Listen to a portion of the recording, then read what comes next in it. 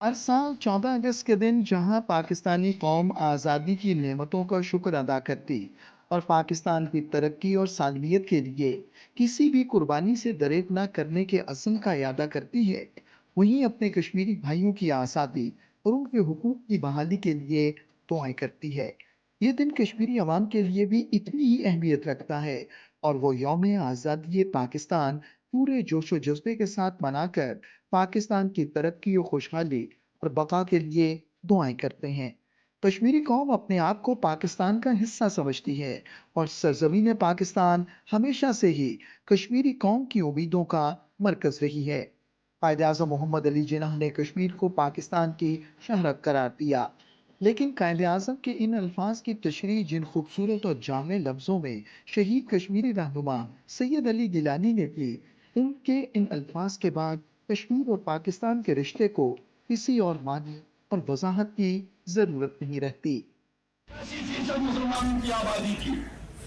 750 मील सरहदें पाकिस्तान के साथ मिलती हैं।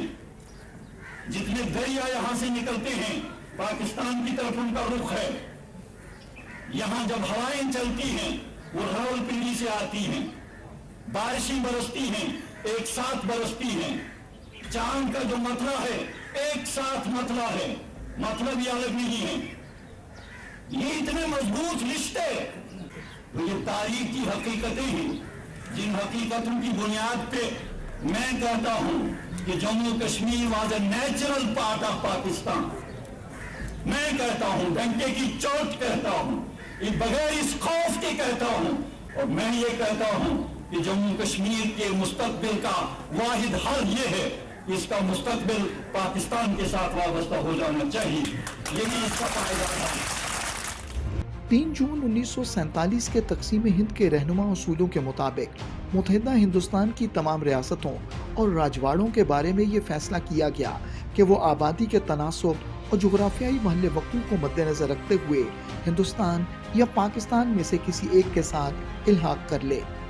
कश्मीरी अवाम ने पाकिस्तान के वजूद में आने से पहले ही करारदाद इल्हाक पाकिस्तान मंजूर करके पाकिस्तान के साथ रहने का फैसला किया, लेकिन उस वक्त की हिंदू क़यादत ने बरतानवी साम्राज्य के साथ गठजोड़ करके भारत को कश्मीर पर कब्जे का रास्ता फराहम किया और भारत ने तकसीम बरसगीर के तमाम उसूलों की धज्जियां उड़ाते हुए कश्मीर पर कब्जा कर लिया। इस भारतीय कब्जे के नतीजे में पाकिस्तान और भारत के दरमियान जंग छिड़ गई और भारत के मसला अक़वाम मुत्तहिदा में ले गया। अक़वाम मुत्तहिदा ने अपनी मुतअद्दिद करारदादों में कश्मीरी अवाम को हक़ खुद इरादियत देने का वादा किया। इस मसले को 78 बरस गुजर चुके हैं और अक़वाम मुत्तहिदा ने कश्मीरियों के हक़ खुद इरादियत के बारे में मुतअद्दिद करारदादें तो मंजूर की, लेकिन भारत कश्मीरियों को उनका हक़ देने के लिए तैयार नहीं।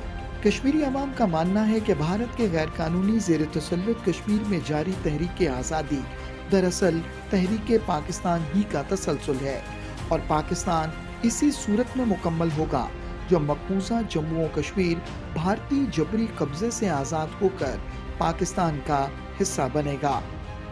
कश्मीरी अवाम की पाकिस्तान से मोहब्बत और अक़ीदत का अंदाज़ा इस बात से लगाया जा सकता है कि वो आज भी भारतीय बंदूकों के सामने पाकिस्तानी परचम लहराते हैं और पाकिस्तान के हक में नारे लगाते हैं। काबिज़ भारतीय अफवाज के हाथों शहीद होने वाले कश्मीरियों के जसद खाकी को पाकिस्तान के झंडे में लपेटते हैं और पाकिस्तानी परचम के साए में शहदा के जनाजे जनाजागाह की तरफ ले जाए जाते हैं।